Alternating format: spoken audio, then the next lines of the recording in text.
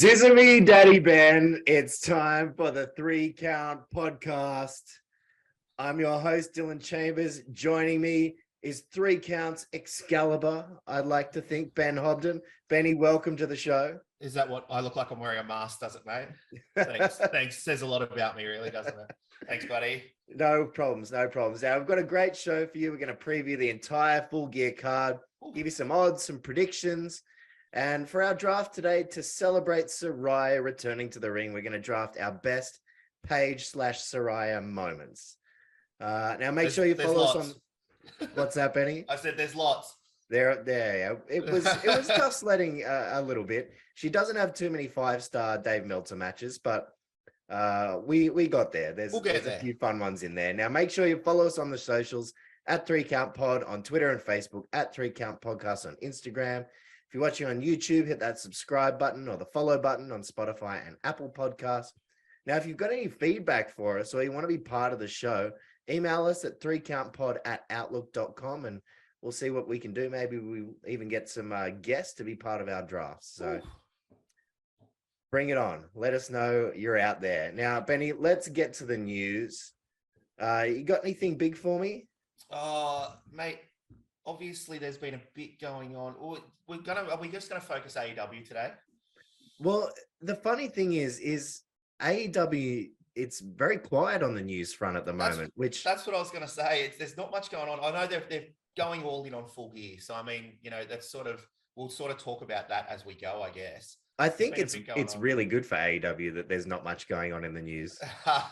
Well, there's still, there's all this talk of Punk and everything else. Like, will he go back to WWE? There's talk, everyone in WWE doesn't want him, but Triple H is saying that there's a chance that they might really want to sign him over there.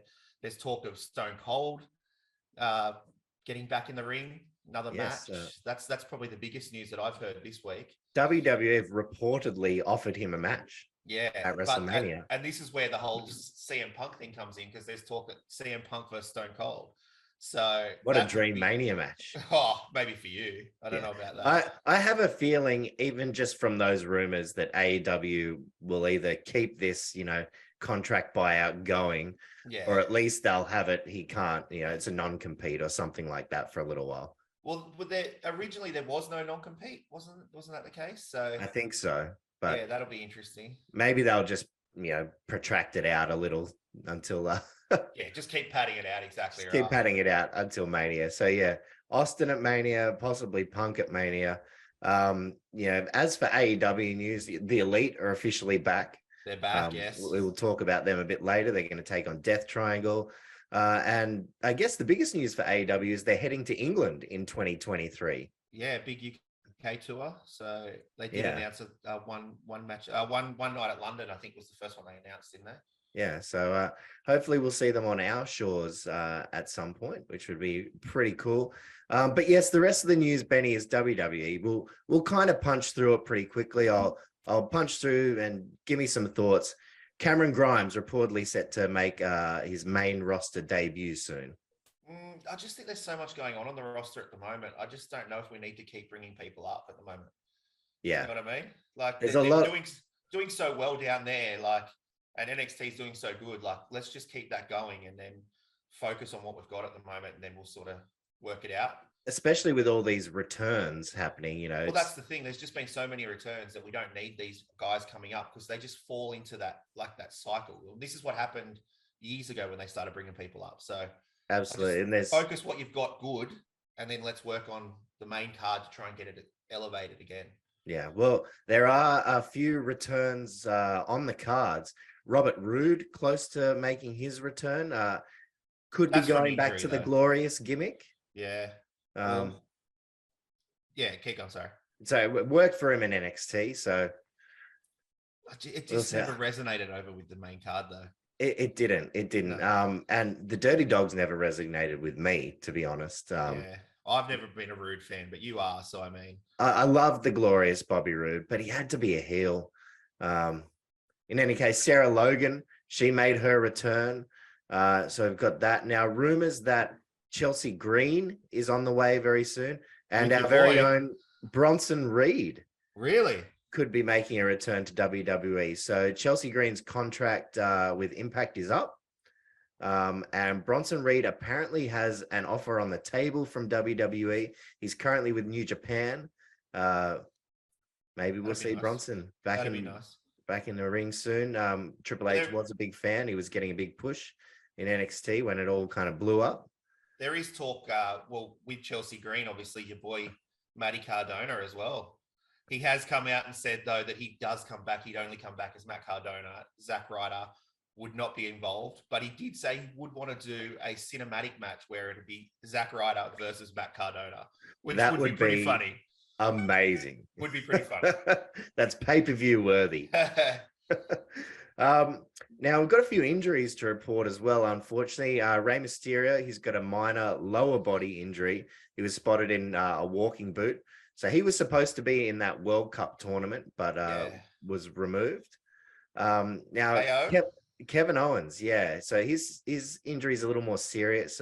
Reported MCL sprain, which he sustained at a house show against Austin Theory.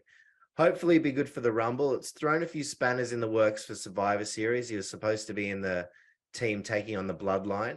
So we got any replacements for him yet? You think? Who are you thinking? That's going to be, so it's going to be the Brawling Brutes and Drew McIntyre. They can throw anyone into that final spot. I have a feeling that final spot was maybe going to be a surprise KO anyway. Yeah, but I think KO would have been perfect so that he can go down the KO Sami Zayn line in the future. Absolutely. That's where it would have worked brilliantly. So I think they're going to have to scramble and as you said, they can throw anybody in. They don't need anybody, but for storyline worth, like where they were going to go with that, that's where they put a bit of problem. That's a spot for like Shinsuke or something, right? Like just a guy who doesn't really have much going on, but is still a name. Braun? Do they put Braun in? Because then that way they can put Braun back into the title picture. That's true. Well, it could be exciting, whoever that final spot's going to be. We'll talk about that next week. We will. Speaking of the Bloodline, we'll quickly touch on that the Usos are now officially the longest reigning tag team champs in WWE history. And another Bloodline related bit of news, 10th anniversary of The Shield. Yeah. Can you believe it's been 10 years since The Shield started? It's been a long time, hasn't it? Yeah. They did an interview all together in Sports Illustrated, which was pretty cool. I didn't say that. So yeah, go and check that out. Apart from that, obviously we had Theory, his cash-in loss, which is apparently going to be the start of a character shift and a big push. So he snapped the other day, so it looks like he's going to go full heel and just go crazy, which could work. Time will tell. But apparently they're not scrapping him. So good stuff for Austin Theory. All right. It's AEW time. No more WWE for the rest of the chat. Let's get into Full Gear. Benny, have you done your homework? Look, I tried to do some homework, mate, and there has only been 3 other Full Gears. So, but your questions are so obscure sometimes that I've got like the big answers, but I don't know. I had to dive deep for some of these, but we'll see how we go. You've already ruined me. Now, it is the 4th Full Gear, the first in 2019, headlined by an unsanctioned lights out match between Mox and Kenny Omega. Well, there goes one of my answers. There you go. Well, I'll throw you a did you know for the next one. So, did you know there has not been a Full Gear main event that hasn't featured either Mox or Kenny Omega? Well, that was also written down here, yes. Including this year. Now, Mox is 2-0, MJF is 2-0. Can you tell me who they've beaten? Yeah, I can. I've got it written here. Well, Mox beat Kenny, and Mox beat Eddie Kingston. That's true. MJF beat Jericho, and MJF beat. Was it someone like Darby Allin? Darby Allin. There you go. You're not meant to say you've got it written down, mate. Just No. I had to write some things down. I didn't have who MJF beat written down though, so that's all right. Well done. Now this is a tricky one. Where does the pay-per-view title Full Gear come from? Nah, you got me there, mate. So the 135th episode of Being the Elite was titled Full Gear, which is where they got the pay-per-view title from. Now, the AEW title has only changed hands once at Full Gear. Benny, can you tell me when? Was that last year when Hangman beat? Yeah, Hangman won. That's right. The TNT title has only changed once when Darby Allin defeated Cody. Tag team titles have only changed once with the Bucks and FTR in 2020. The women's title has never changed hands at Full Gear. Okay. All right, so we've got Saraya making her return. What was her last match? Oh. There's two possible answers I'd allow you to have here. How long ago was it? That's probably what, 2018, 19? 2017. Ooh. They were both answers I've got are December 2017. Nah. They're tough ones. So there was a house show at Madison Square Garden against Sasha Banks where she actually sustained her neck injury. Yeah. Which put her out. But her last televised match was actually on Christmas Day in 2017 on Raw, teaming with Mandy Rose and Sonya Deville against Bayley, Mickie James, and Sasha Banks. There you go. There you go. Now, Full Gear 2019, someone debuted the night after Full Gear. Who was it? 2019. Was that Bryan Danielson? It was Wardlow. Ah, there you go. Wardlow debuted just after Full Gear in 2019, attacking Cody. Now, including this year, there are 4 wrestlers who've appeared on every Full Gear card. Can you tell me who they are? Now, I was looking through this and I was going, I know there's a couple here and there.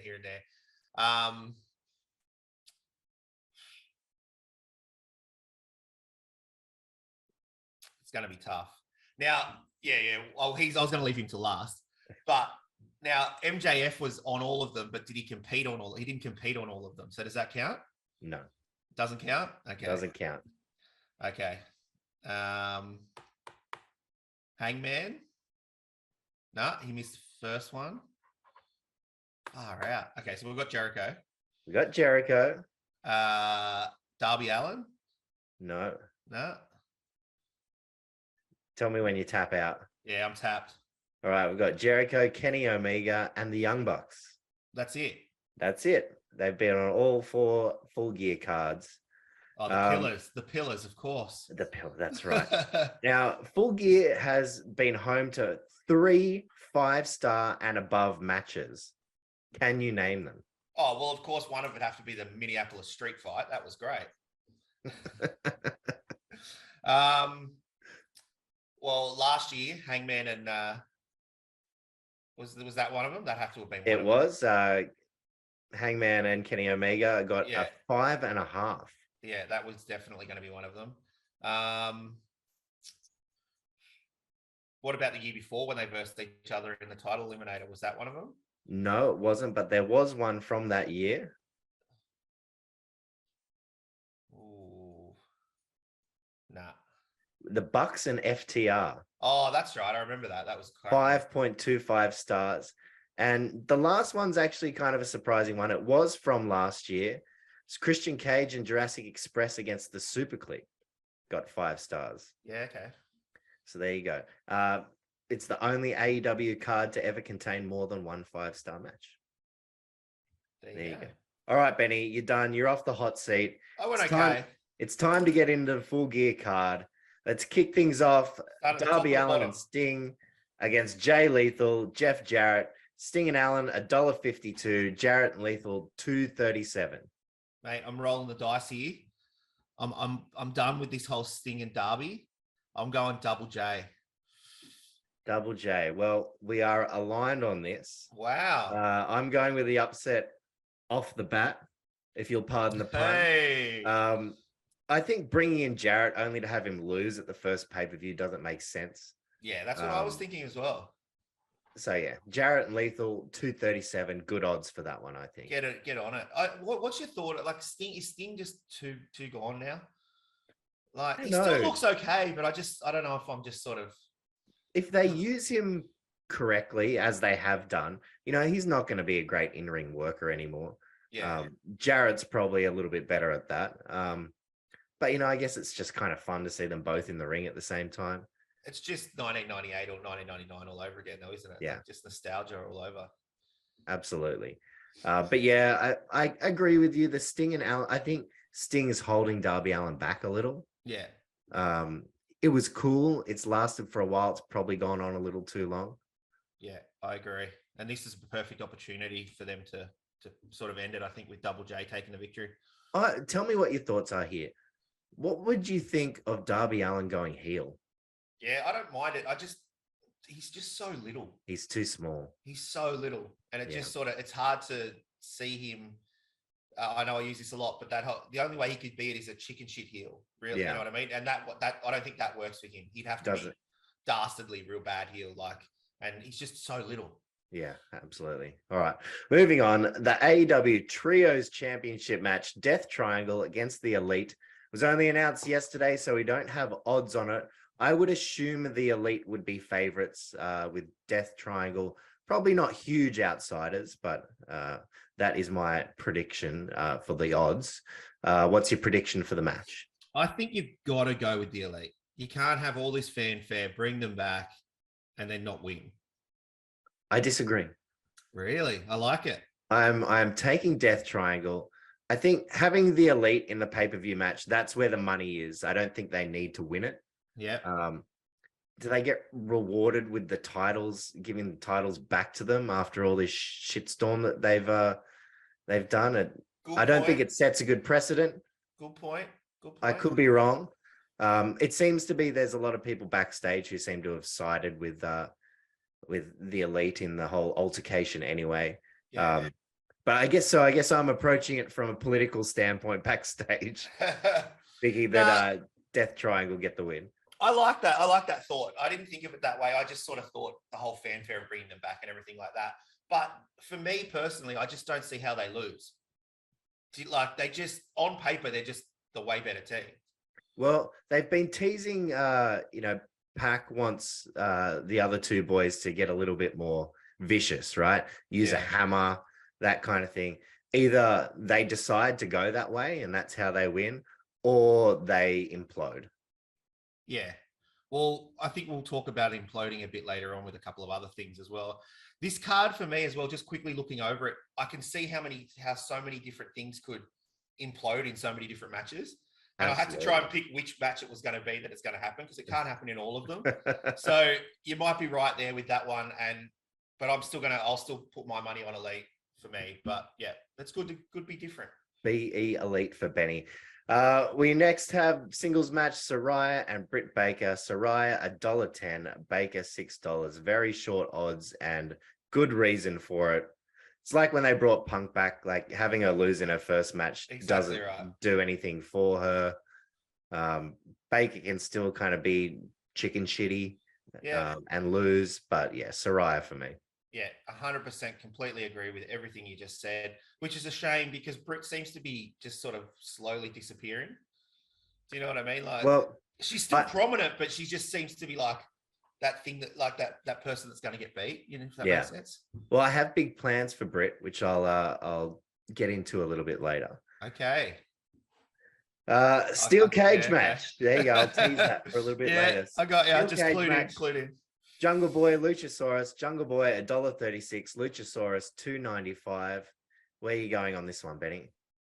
Look, you got to go with the money. You got to go with Jungle Boy. Just the crowd's behind him and everything like that. And I've written down Jungle Boy, but I've just changed my pick. I'm going Lucha. Wow. Well, you agree with me then, because on the fly, I've just changed it. I just talked up Jungle Boy and I've switched over right on the fly. I am going the outsider as well, Luchasaurus. The reason being, I don't think it's time for the payoff to this feud yet. It's just been sort of ebbing and flowing. Like, you just don't know where it's going to go with this one.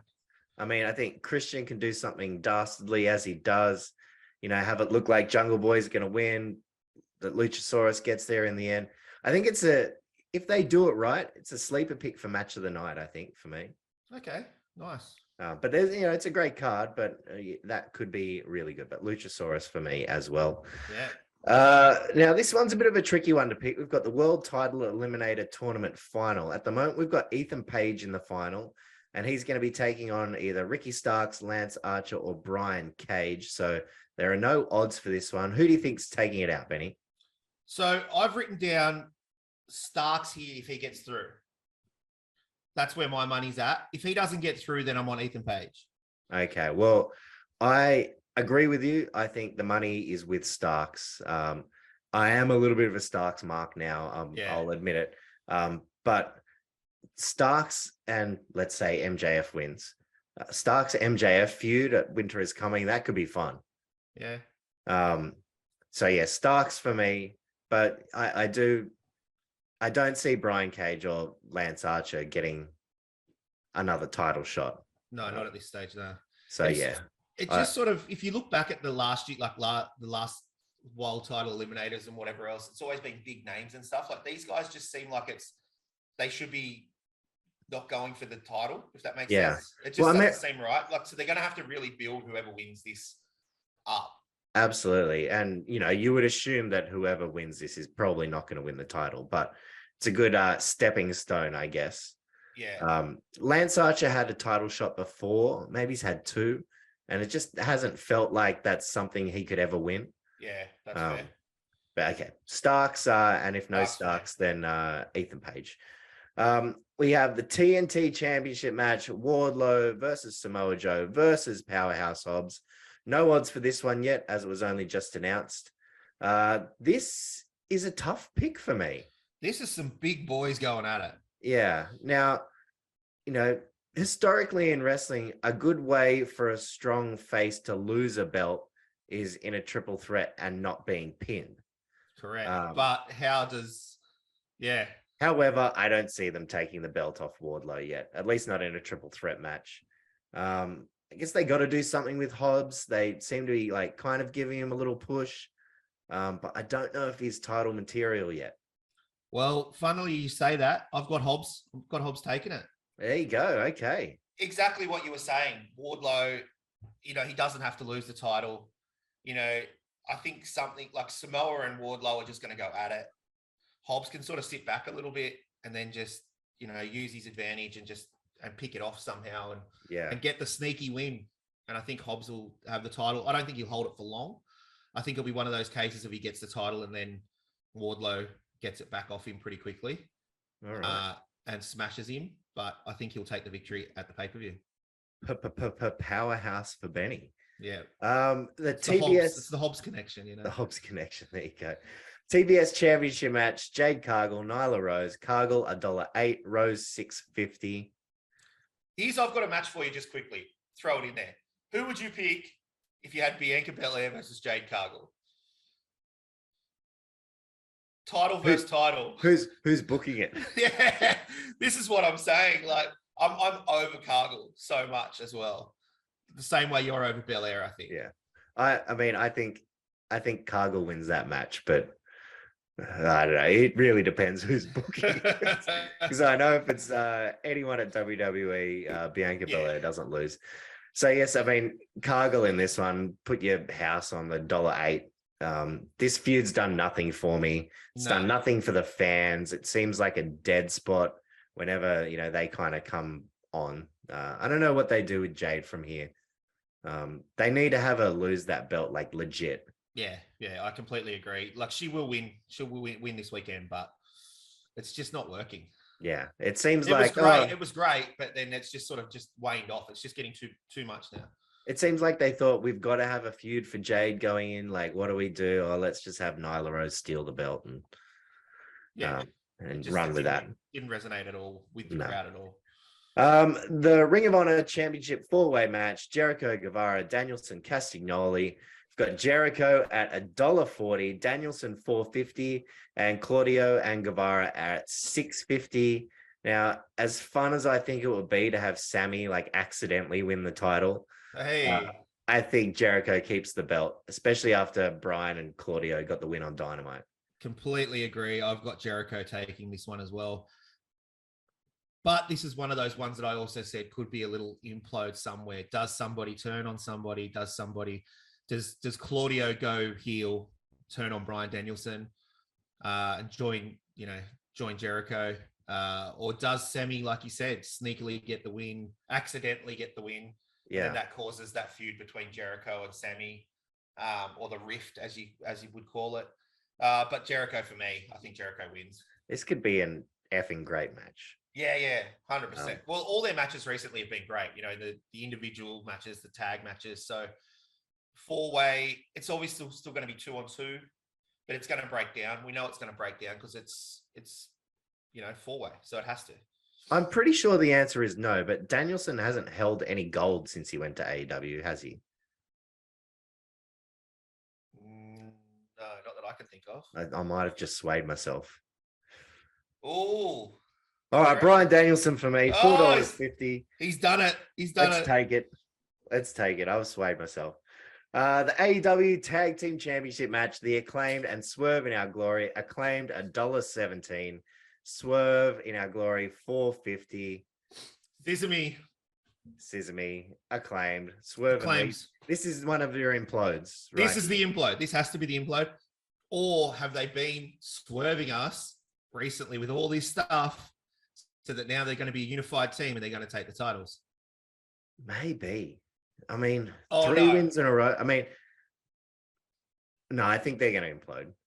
I think they're going to implode, start a new program between the two of them. I agree. I agree that they're going to implode, but Acclaimed for the pop. Oh, the pop will be huge. Pop will be huge. The AEW Interim Women's Championship match, Toni Storm, Jamie Hayter.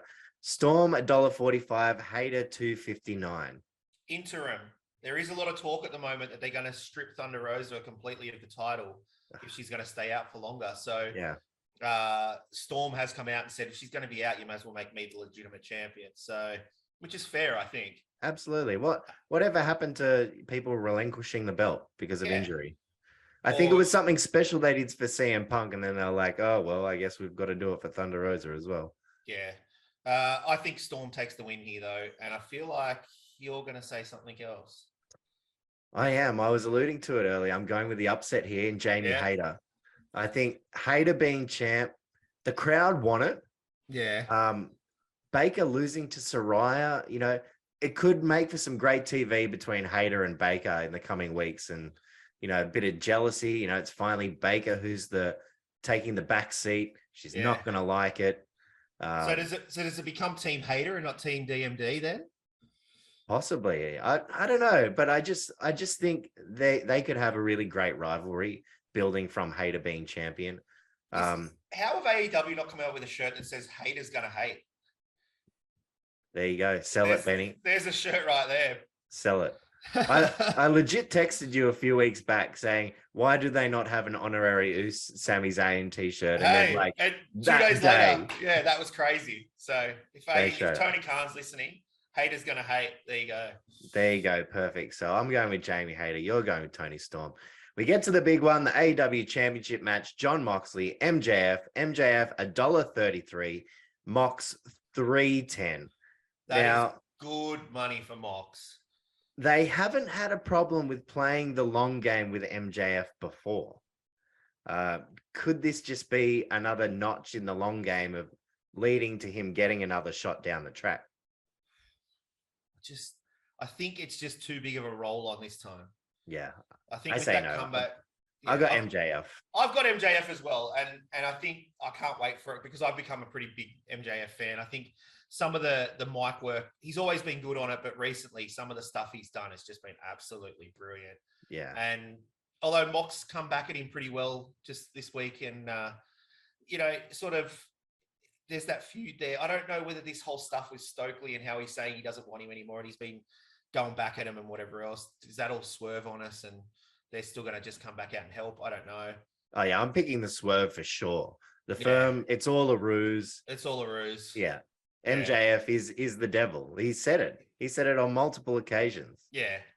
So if you think he doesn't exist as the devil, he does. Yeah. Some new blood in the AEW Championship ranks would be good.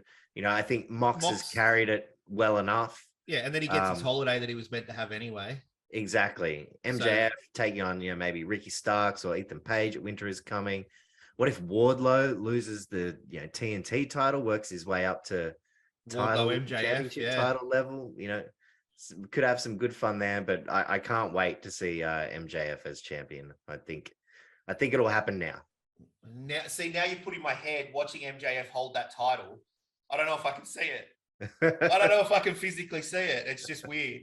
Is he going to do the whole crying thing? Is he going to be like all upset and like emotional and then like, I don't think so. HBK Styles when he won it at Mania? If he wins it the way I think he's going to win it, I don't think it will be an emotional, full like, devil happy dust moment.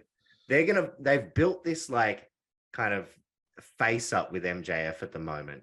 He's helping people out. He's saying the right things. They need to, if they're going to turn him heel again, which I think would be absolutely bloody brilliant if they do. Yeah. It's got to be something pretty bad. We're talking Bash at the Beach Styles with like shit getting thrown in the ring and like people going crazy kind of. I like it. I really like it. And I think he would prefer that than like being showered with cheers. Yeah. Because you could just imagine the grin on his face. That's that cheeky grin he gets when he just looks at the camera and just goes, yeah. Absolutely. Yeah, that's right. Yeah, I like it. I love it. All right, bring it on. Looking forward to it. That is our preview for AEW Full Gear. It's time for the draft, Benny.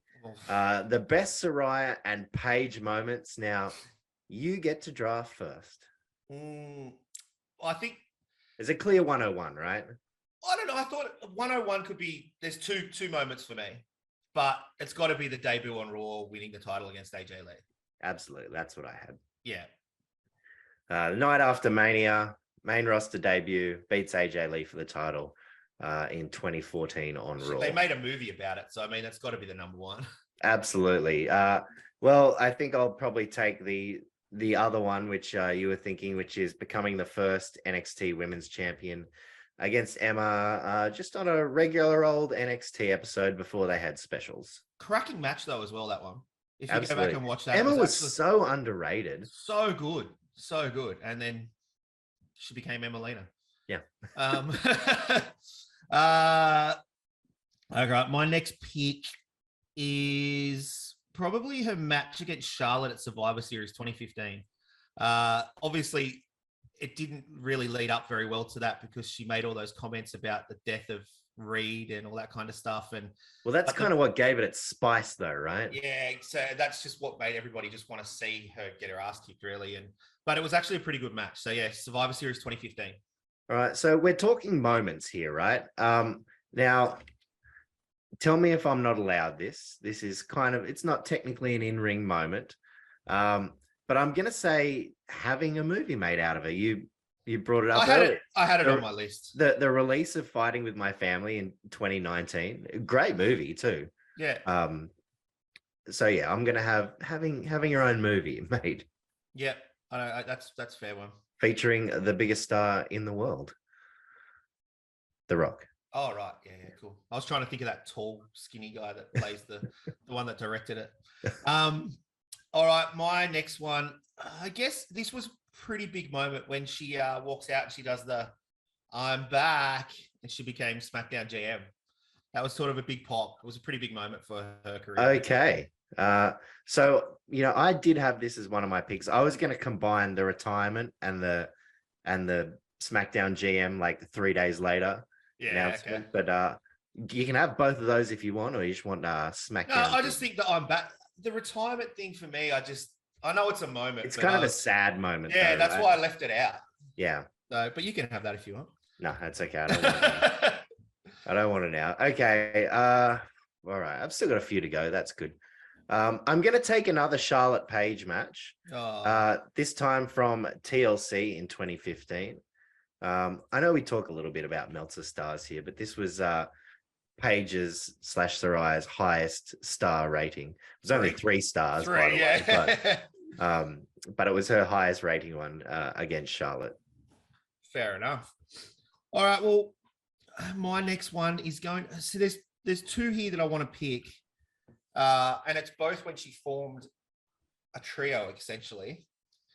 I think I'm going to go with when she formed Absolution. Okay. Yeah. Returns Absolution, Mandy Rose, Sonya Deville. And it was during a Sasha and Mickey match on Raw in 2017. Yeah, they were pretty dominant. I liked them. I liked them. You kind of forget. I know Mandy's now, I think third longest NXT title reign. And Sonya's done all right. And Sonya's done all right. She's kind of come back.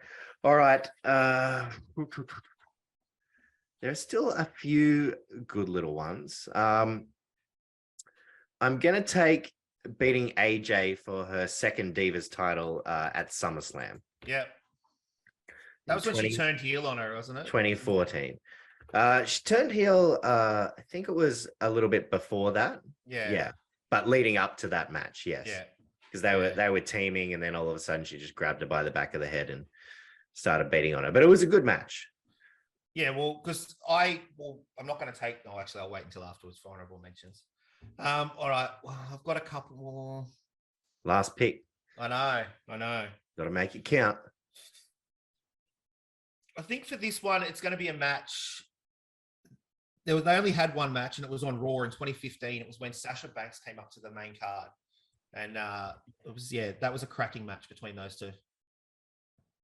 Sasha and Paige on Raw. Yes, they didn't have any like big rivalries or pay-per-view matches, but yeah, that was good. All right, for my last pick, I'm gonna take her first and only main card WrestleMania match, WrestleMania 31, teaming with AJ against the Bellas, and that was actually AJ's last match. That was on my list as well. That was just the ones I was tossing up between. So there you go. Do you have any honorable mentions there?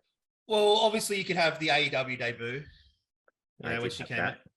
And then when she teamed up with Charlotte and Becky, Team PCB, SummerSlam 2015. A lot of my stuff was 2015. Well, I mean, that's when she did some of her best stuff. And that PCB Bella's Team Bad SummerSlam match was another one of her 2 highest rating star matches. Yeah. 3 again, but. And yeah, my other one was versus Nikki Bella, Money in the Bank 2015 as well. So yes, that was up there as well. My other last one was her turning on Charlotte and Becky on Raw, where it was an emotional night with Ric Flair there, and she just kind of turned on him, basically said that Becky was, not even worth being there, and and Becky went up in leaps and bounds from there. So absolutely, that really worked out well for her, didn't it? Absolutely. So some good stuff there. So Benny, you have Paige winning the Divas title against AJ after Mania on her main roster debut. Paige and Charlotte at Survivor Series 2015, returning as the Jam of SmackDown in 2018, returning again to introduce Absolution on Raw 2017. And a match against Sasha Banks on Raw. I've got her becoming the first NXT Women's Champion against Emma in 2013. The release of Fighting With My Family in 2019.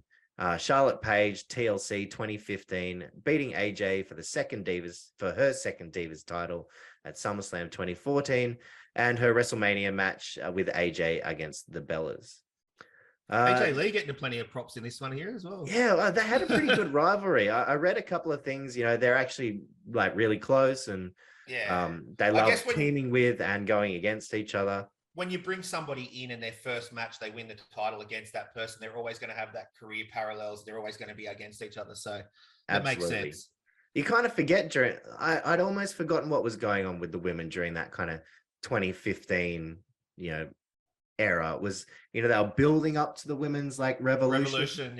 But it wasn't quite there yet. It was still the Divas title.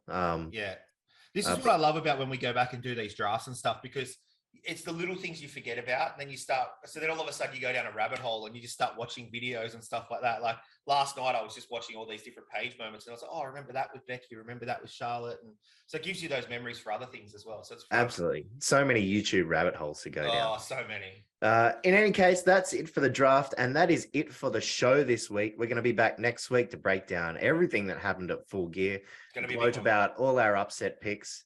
We're going to look ahead to Survivor Series, and as always, we'll have another 3-count draft for you. Thank you for joining us, Benny. Thanks, buddy. Looking forward to Full Gear. It should be fun. Go and enjoy it on Sunday, and we'll see you again next time on the 3-Count Podcast.